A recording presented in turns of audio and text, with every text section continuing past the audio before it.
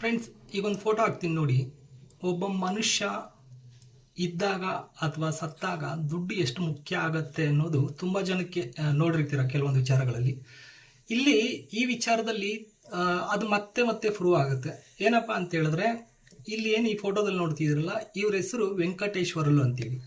ಈ ಫೋಟೋ ಪಕ್ಕದಲ್ಲಿ ಒಬ್ಬ ಹೆಣ್ಮಗಳು ಆ ಮಡಿಕೆ ಇಟ್ಕೊಂಡು ಆ ಚಿತೆಗಾರದ ಸುತ್ತ ಎಲ್ಲ ಸುತ್ತಾ ಇದ್ದಾಳಲ್ಲ, ಇವ್ರು ಬಂದು ಆ ವೆಂಕಟೇಶ್ವರಲು ಅವರ ದೊಡ್ಡ ಮಗಳು. ಓಕೆನಾ.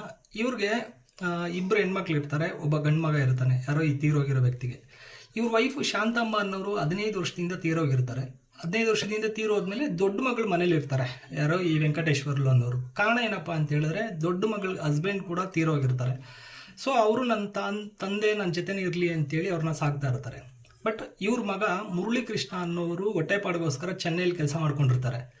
ಇದಾದ್ಮೇಲೆ ರೀಸೆಂಟಾಗಿ ಮೊನ್ನೆ ಇವರು ವೆಂಕಟೇಶ್ವರಲು ಅವ್ರು ತೀರೋದಾಗ ಸಂಬಂಧಿಕರು ಊರವರೆಲ್ಲ ಸೇರಿಕೊಂಡು ಆ ವ್ಯಕ್ತಿಗೆ ಫೋನ್ ಮಾಡ್ತಾರೆ.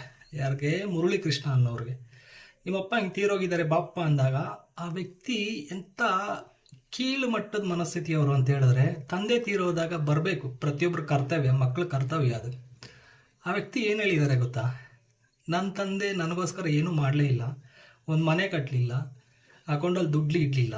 ಸೊ ನಾನು ಅವ್ರ ಮಣ್ಣಿಗೆ ಬರೋದಿರಲಿ, ಕೊನೆ ಮುಖ ನೋಡೋಕ್ಕೂ ನನಗೆ ಇಷ್ಟ ಇಲ್ಲ ಅಂತೇಳಿ ಆ ವ್ಯಕ್ತಿ ಬಂದೇ ಇಲ್ಲ. ಅದಾದಮೇಲೆ ಈ ದೊಡ್ಡ ಮಗಳು ಏನು ಮಾಡ್ತಾರೆ, ನನ್ನ ತಂದೆ ಕಾರ್ಯ ನಾನೇ ಮಾಡ್ತೀನಿ ಅಂತೇಳಿ ಮುಂದೆ ನಿಂತ್ಕೊಂಡು ಎಲ್ಲ ಕಾರ್ಯಗಳನ್ನು ಮುಗಿಸ್ತಾರೆ.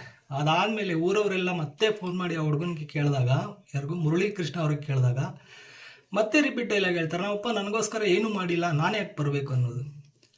ಇದೆಲ್ಲ ನೋಡಿದಾಗ ಅನಿಸುತ್ತೆ, ಒಬ್ಬ ವ್ಯಕ್ತಿ ಬದುಕಿದ್ದಾಗೂ ದುಡ್ಡು ನೋಡಿಕೊಂಡೇ ಮರ್ಯಾದೆ ಕೊಡ್ತಾರಾ? ಅಥವಾ ಒಬ್ಬ ವ್ಯಕ್ತಿ ನಮ್ಮನ್ನು ಬಿಟ್ಟು ಹೋದಾಗಲೂ ಕೂಡ ಆ ವ್ಯಕ್ತಿ ನಮಗೆ ಏನು ಮಾಡಿದ್ದ, ಆಸ್ತಿ ಮಾಡಿಲ್ಲ, ಪಾಸ್ತಿ ಮಾಡಿಲ್ಲ, ಇನ್ನೊಂದು ಮಾಡಿಲ್ಲ, ಮತ್ತೊಂದು ಮಾಡಿಲ್ಲ ಅಂತ ಬರೋಕ್ಕಾಗದಿರೋಂಥ ಇಂಥ ಮಕ್ಕಳು ನೋಡಿದಾಗ ನಿಮಗೆ ಏನು ಅನಿಸುತ್ತೆ? ದಯವಿಟ್ಟು ಕಮೆಂಟ್ ಮಾಡಿ ತಿಳಿಸಿ.